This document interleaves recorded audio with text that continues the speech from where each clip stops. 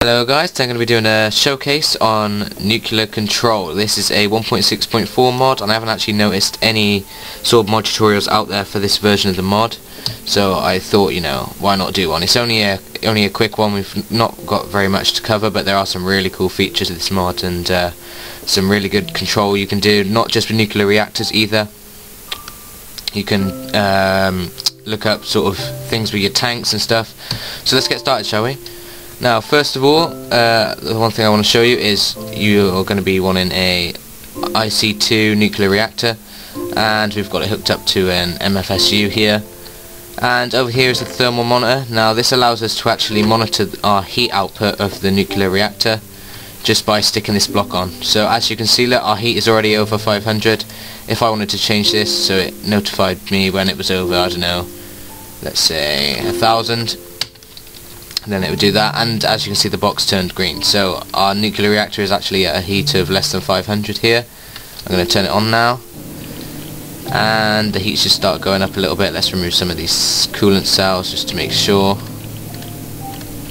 We should see the heat start to go up a little bit, and the box should turn red. There we go. Look. So let's just quit this, put this back in. And you can actually program sort of redstone signals from the output of the box to actually turn off your heater. Another thing you might want to do is use a thermometer to actually check the heat. Check the heat manually. So we've got the standard one, which actually is durable over time, but you can click on the reactor and it'll tell you the whole heat. But that will break after a few uses. You've actually got the chargeable one, which does the exact same thing and gives you a little bit more information. And I was just checking if you could do it on the MFSU, but obviously not. And this one is rechargeable with IC2, so make sure you go and do that. Right, so on to the good stuff then. Next of all, we've got some tools in here, which seems to be empty, so obviously I haven't done that correctly. But this block here is basically a wireless version of the monitor, in case you didn't want to go all the way down to your reactor deep underground just to check its heat. We can actually add one of these blocks into our world and check it wherever we are. So what we want to do is, this thing actually needs power, so attach any IC2 solar panel or anything to this just so it gives it a little bit of power. It doesn't require much. And you can see it's got the exact same interface as the block on the nuclear reactor. Now, you might be asking, well, how do I hook this up to my nuclear reactor? So what we want is a remote sensor kit, and I'll just show you how to craft one of these. It's just a frequency transmitter, digital thermometer and paper. Digital thermometer we get like this, and the frequency transmitter is just an electronic circuit and a copper cable. I will actually show you how to craft the thermal monitor. It's actually reinforced glass, which is a bit more advanced than an advanced circuit, but not too bad. Is there anything else I need to show you? I think I showed you these, but there you go. That's all the recipes we've covered so far. So once you've done this, you want to come over to your reactor and right click your remote sensor kit. Now this will turn it into a reactor sensor location card. From here then we can come back over to our remote thermal monitor and put this reactor sensor location card into this little outline box over here. And let me just turn this off. So now this is actually hooked up to our nuclear reactor over here, which means now we can do the exact same thing we could have done with the box that was on the side here. We can actually say, well, notify me when the heat is over 1000. If the heat is over 1000, output redstone signal, and I'll show you that now. So as you can see, look, it's actually a bit more advanced. You've actually got how close it is to going over, and this button here actually shows output a redstone signal if the heat is over the amount I've set, or you can change that and it will output 1 if it's under. And then of course you've got all the buttons to change it over here, and that's it. One more thing you might want to add to this, guys, is some range upgrades. I'll show you how you craft these. It's these things here, so they're quite simple, and just in case this block is quite far away from your nuclear reactor, you might want to stick a few of these in. I think they go in this slot over here. They actually stack up to 64. And there we go, so you can access it from basically sort of anywhere that's remote close, and there you go. So you can actually check your reactor status and turn it off and on without actually going all the way down to it if it's deep underground, say. And there we go. Right, on to the next thing. We've also got these howler alarms and the industrial alarms. Right, so let's start with the industrial one.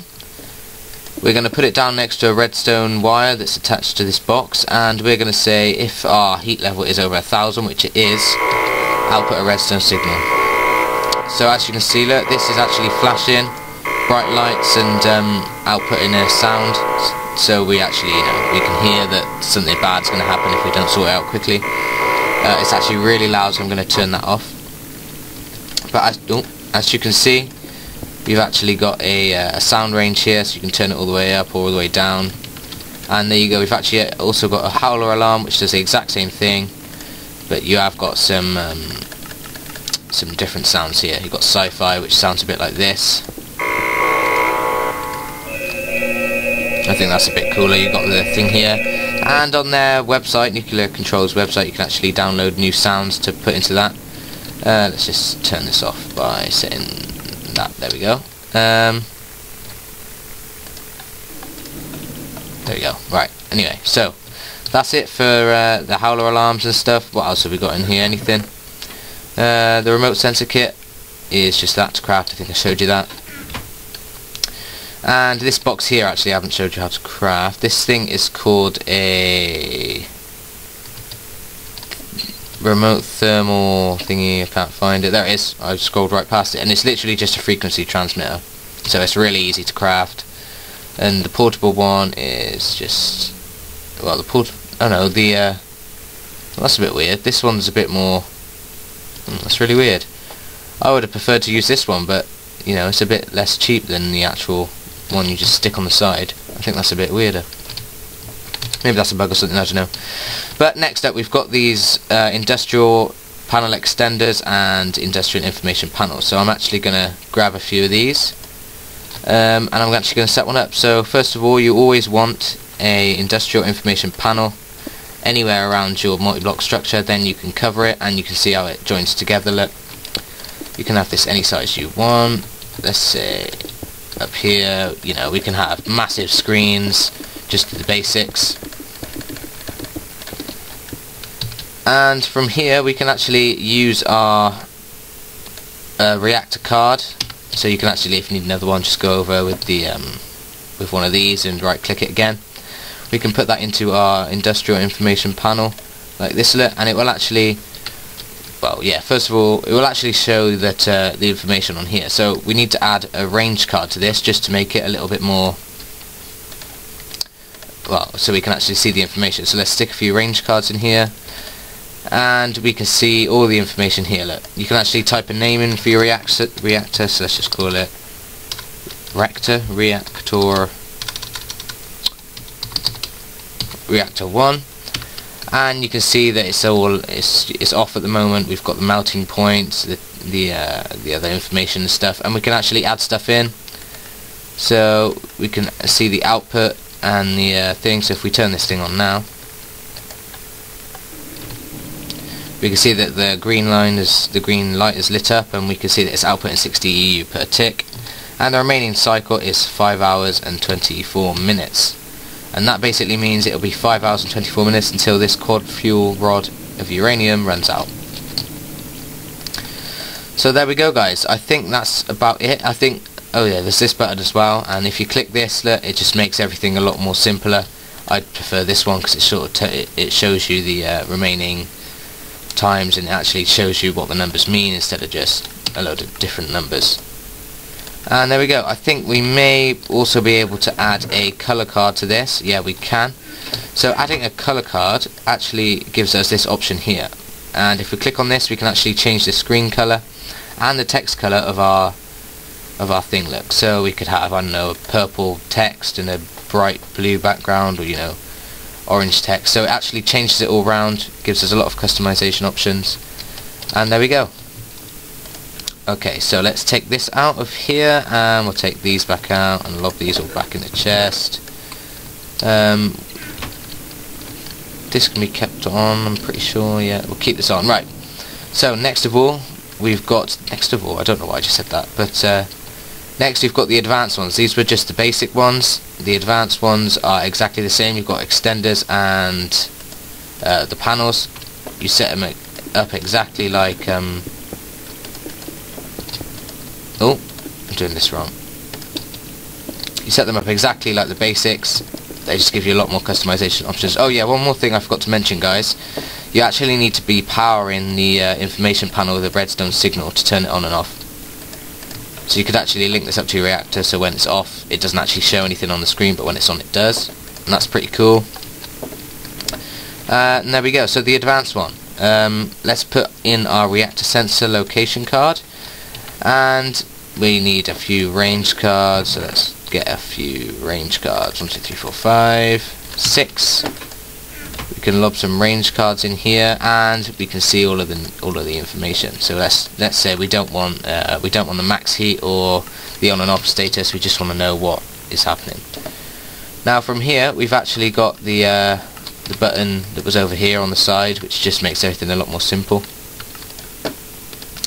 We've also got this cool thing here, which actually lets us make this sort of slidey thing here, where you click on the different boxes. It makes the screen thinner. So say if you wanted, I don't know, like a flat screen or something, not too chunky, sort of a really modern reactor control room or something, you could actually edit this, and as you can see it goes down in size order of thickness. Let's just put this back to let's do here. Actually no, we'll go back up. Actually no, we'll go down. So next of all we've got the rotation here. This actually lets us rotate the thing, I think, so it might be the other one actually. Yeah, I think this is going to work if we've got more. Yeah, so it needs to be thick to be able to rotate it a lot more. But as you can see, look, I've rotated the thing now. It all stays inside of the block radius as well, which is cool. We can change this to rotate the other way or either way. So let's reset that back to normal, and this last one actually rotates it up or down. So if you had like an information panel above on the ceiling, you could face it down or whatever, like this. You could even rotate. I don't know what's just happened there. I don't know why that's just.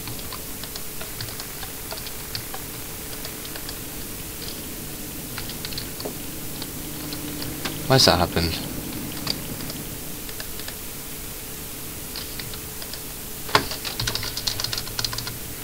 Why has this happened? I know why. We need to remove this, and we will remove this, I think. Is this gonna work? I have no idea what's happened now, guys. I don't know why this just gone off. Maybe this is a bug or something. I'm not quite sure. Let's reset this back to normal. Why has this happened? Redstone is on, so we should have a thing in here. Okay guys, I'll be right back once I fix this problem. Okay guys, it appears it was just a little bug where it just stopped working for some reason, so I'll get back to explaining what all of these things do. And as you can see here, we don't actually need a colour upgrade. By clicking this button we can change the screen colour and the text colour to whatever we want. Let's just reset that back to normal. And I think I know what I did. It's I'm leading onto it. So this button here actually turns the monitor on and off. I think I might have clicked that by accident and turned it off. So there we go, look, we've got all of this, and you know, we can add more things to this, like, I don't know, let's get a text card, so we can actually, we don't even need a reactor sensor. We can use this just for naming our rooms or whatever, so we can call this, I don't know, the farm room, and it should actually show up on the sign. So you can actually not even use this for nuclear reactors. You can, you know, put whatever you want on them, name your rooms or whatever, name things, like an equivalent for signs maybe. Also we've got the time card, and this is really cool. By inserting this into our thing we can actually see the time. I don't know why it just says oh, that's because the name. So look, it actually shows us the time, and taking this off it'll just literally show us the time. What else do we need? I think we can put more than one of these in, so we could actually put a text thing in, and a name, well, a text thing and a time thing, so we can actually name our rooms and have the time, whereas in the basic one you can only have one of these things in. This one lets us have 3. So the next thing we want to do is grab a liquid sensor and a counter sensor and a energy sensor. So I'm going to quickly go through these blocks because they're just some small add-ons you don't even have to use for nuclear reactors. This thing here, if you add a sensor card to it, where is it? Oh yeah, so first of all, let's come over to our MFSU and we can use the energy sensor kit on it. This will turn it into an energy sensor card, so now this is linked to here.